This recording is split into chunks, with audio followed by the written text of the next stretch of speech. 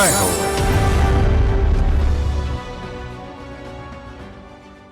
గుజరాత్ రాష్ట్రం భావనగర్లో ఆయన పెద్ద డాక్టరు. పేరు తేజస్ దోషి. నాడిపట్టి రోగుల రుగ్మత ఏదో చెప్పగల వైద్య నిపుణుడాయన. జనజీవనాన్ని కమ్మిన ప్లాస్టిక్ కాలుష్యాన్ని నిరోధిస్తే సగం రోగాలు అవే పారిపోతాయని విశ్వసించారు. జనచేతన కోసం ఓ స్వచ్ఛంద సంస్థను నెలకొల్పారు. భూమిని కలుషితం చేసే ప్లాస్టిక్ సంచుల సేకరణ కార్యక్రమం చేపట్టారు.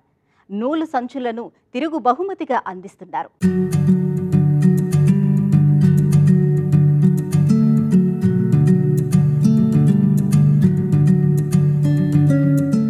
గుజరాత్ సౌరాష్ట్ర ప్రాంతంలో సముద్ర తీర నగరం భావనగర్. స్త్రీ విద్యలో చైతన్య నగారా మోగించిన ప్రగతిశీల నగరం. నౌకాశ్రయ కేంద్రం.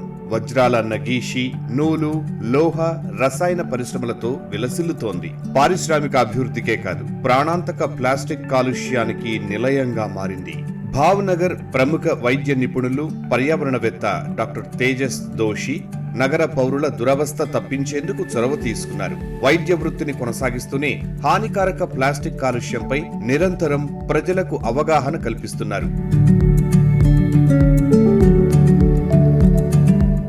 Whatever we are due to society, now it's our responsibility to give something to the society.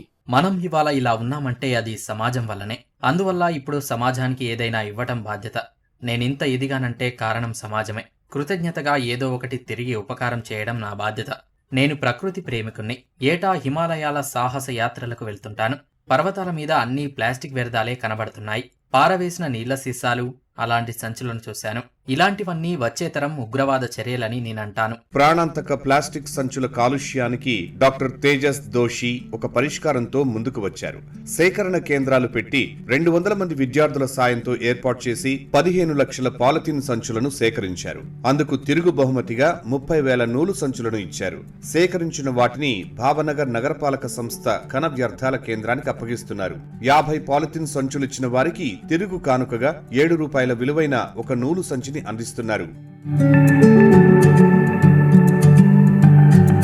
आज हम पूरे घर के कहीं पे भी बाहर निकलते तो सब जगह पे देखो, మన ఇల్లు, వీధుల్లోని చెత్తకుండీలన్నీ ప్లాస్టిక్ తో నిండిపోయాయి. 50 మైక్రాన్ లేదా అంతకంటే పలుచగా ఉండే ప్లాస్టిక్ నుంచి పునరుత్పత్తి సాధ్యం కాదు. వాటిని భూమి మీద పారవేస్తున్నారు. అవి నేలలో కలిసిపోయేవి కావు.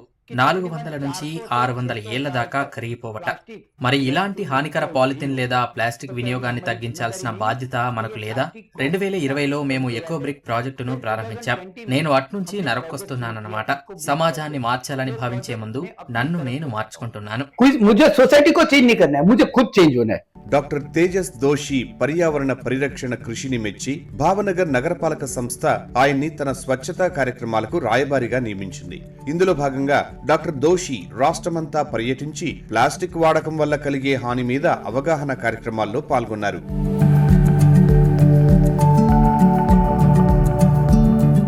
गुजरात में प्लास्टिक की बैग को जबला बोला जाता है. గుజరాతీ భాషలో పాలిథిన్ సంచులను జబ్లా అంటారు. ఈ సంచులు 50 మైక్రాన్ల కంటే తక్కువగా ఉంటే హానికరం. పల్లపు ప్రాంతాలకు నీటి ప్రవాహాలను ఇవి నిరోధిస్తాయి. ఇలాంటి అంశాలపై అవగాహన పెంచి ప్రతి ఒక్కరూ పాలిథిన్ సంచులకు బదులు నూలు సంచులే ఉపయోగించేలా చూడాలని నా అభిమతం. ఒక నూలు సంచిని 2-3 ఏళ్లు ఉపయోగించవచ్చు. అది 8 నుంచి 10 కిలోగ్రాముల బరువును తట్టుకుంటుంది. మేము 2021లో నూలు సంచుల ప్రాజెక్టుకు శ్రీకారం చుట్టాం. 50 పాలిథిన్ సంచులకు ఒక్క నూలు సంచి వంతున 75,000 ఇచ్చాం. 50 లక్షల పాలిథిన్ సంచులను రీసైక్లింగ్ కు పంపించాం. 50 लाख जबले हमने इकट्ठा करके उसको वापस डंपिंग में या रिसाइकल में हमने भेजे हैं. దుస్తుల తయారీలో వృధాగా పారవేసే ముక్కలతో నూలు సంచులను తయారు చేస్తున్నారు. కొందరు ఉదారంగా తోడ్పడుతున్నారు. ఒక్కో నూలు సంచి ₹7. ప్రచారం, ప్రయోజనం లక్ష్యంగా కిరాణా కొట్లలోనూ వినియోగదారులకు ఇవ్వటానికి ఉంచారు. వర్తక ప్రతినిధులు, స్వచ్ఛంద సేవకులు ఈ అంశంపై తరచూ డాక్టర్ దోషిని కలుస్తూ ఉంటారు.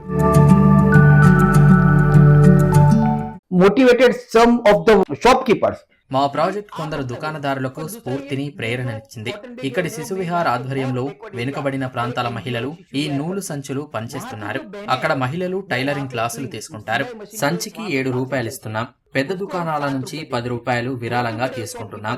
అతడికి 1000 సంచులు అవసరమయ్యాయి అనుకోండి. అప్పుడు అతడి దుకాణం పేరు, చిహ్నం ముద్రించి మరీ అందజేస్తాం. ఇది దుకాణదారులకు నచ్చింది. కూరగాయలు అమ్మేవారితోనూ కలిసి పనిచేశాం. ప్రతి విక్రేతకు 5 నూలు సంచులు ఇచ్చి కస్టమర్ తిరిగి తెచ్చిస్తే వారు ముందుగా చెల్లించే 20 రూపాయల డిపాజిట్ తిరిగి ఇవ్వాలని చెప్పాము. ఈ వ్యూహం బాగా పనిచేసింది. तो उसको 20 रुपए उसके डिपॉजिट के वापस दो. तो इतना अच्छा ये प्रोजेक्ट चल रहा है कि नंबर ऑफ पीपल धीरे धीरे अब प्लास्टिक की बैग यूज नहीं कर रहे. డాక్టర్ దోషి అవిశ్రాంత కృషికి సముచిత గుర్తింపు వచ్చింది. ప్రధాని నరేంద్ర మోదీ స్వయంగా తన కార్యాలయానికి ఆహ్వానించి సత్కరించారు. ఈ ఆహ్వానం పర్యావరణ పరిరక్షణకు ఆయన సహకారానికి, నవ సంకల్ప కార్యక్రమంలో తన వినూత్న వృత్తిగత ఖ్యాతికి, కీలక పాత్రకు ప్రశంసగానే భావించాలి. तो हर रोज सुबह जो दूध की थैली आती है, तकरीबन 2 लाख दूध की थैली आती है. భావనగర్లో రోజు 2 లక్షల పాల ప్యాకెట్లు విక్రయం అవుతున్నాయి. వాటిని కొన్నప్పుడల్లా ప్యాకెట్ మూలన కత్తిరించి పాలు తీసుకుంటున్నారు. అలా చేయడంతో పాలిథిన్ సంచులు వ్యర్థాల్లోకి చేరిపోతున్నాయి. రీసైక్లింగ్ కు పనికిరావు. మూలన కత్తిరించవద్దని, ఘాటు పెట్టి పాలు తీసుకోవాలని మేము సూచిస్తున్నాం. तो उसके कॉर्नर कट मत करो, सिर्फ छोटा कट करके वो पूरा प्लास्टिक का जो पाउच है उसको रिसाइकल में या इको ब्रिक में डाल दो. ప్లాస్టిక్ కాలుష్యంపై ఆయన అవిశ్రాంత పోరు పర్యావరణంపై గణనీయ ప్రభావం చూపింది.